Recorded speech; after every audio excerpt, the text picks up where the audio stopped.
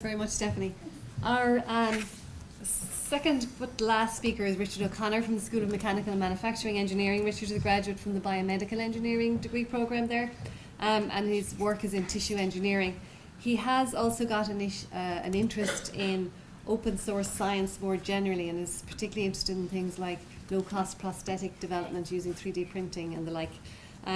He's funded by the Irish Research Council, and when he's not researching, he's generally in the water. He's into diving. He's a first aid instructor and volunteers as a life-saving instructor. Richard. Thanks very much for this. Okay, hi everyone. The title of my talk today is Growing Blood Vessels in the Lab. It's not just the yarn. In this talk, I'll briefly discuss vascular disease, or the disease of blood vessels of the body, introduce the topic of tissue engineering, and finally finish with the aims of my PhD project. So to begin, vascular disease accounts for approximately 17 million deaths in the world each year, and one of the most prevalent forms is atherosclerosis of the coronary arteries. This disease is associated with the buildup of fatty plaques within the small vessels that supply blood directly to the heart itself. These plaques limit the supply of oxygen and nutrients that can reach the heart, leading to fatal medical conditions such as heart attacks. Now, treatments include the use of drugs, small metal meshes to re-expand the blocked area known as stents, and in the severe case such as total occlusion of the vessel, a procedure known as coronary artery bypass surgery is performed. And this is the application I'm most interested in. So, in coronary artery bypass surgery, we use an alternative vessel known as a bypass graft to bypass the blockage, restoring a healthy flow of blood to the heart.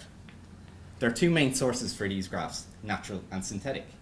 Natural vessels are usually other veins or arteries taken from a patient's body. However, this opens up the patient to increased levels of infection, and there is a limited supply with ever-aging populations. Synthetic vessels are often made from materials such as polymers. They, however, don't have the same mechanical properties as the tissue that we are trying to replace, so they often reblock over time. So it's quite clear that there is a pressing clinical need for a readily available supply of vascular grafts going forward. And this leads to the solution, tissue engineering. In tissue engineering, cells are isolated from a patient's body, grown up in the lab, and then combined with a 3D support material known as a scaffold. The cell scaffold combination can be then reintroduced to the patient where needed. So the idea is to grow a blood vessel in the lab for use in coronary artery bypass surgery. So, an important aspect of tissue engineering is the design of the scaffold itself, and there are a number of requirements that we have to meet. So firstly, it needs to be biocompatible and biodegradable, meaning that when we introduce it to the patient's body, it doesn't cause any adverse effects. We also want the scaffold to break down over time, so that we're eventually left with a pure tissue. The scaffold also must support and guide cells as the new tissue forms. This is especially important when growing 3D tissue, where cells need to grow in a complex way.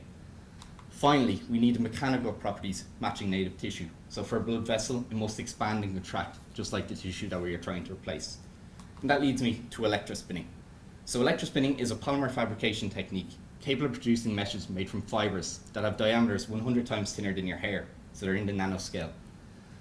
So we do this by applying extremely high voltage, thousands of volts, to a liquid polymer solution within a syringe.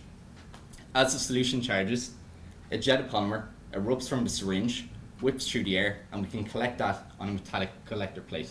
So here you can see a sample of electrospun fiber mesh that's produced through this method.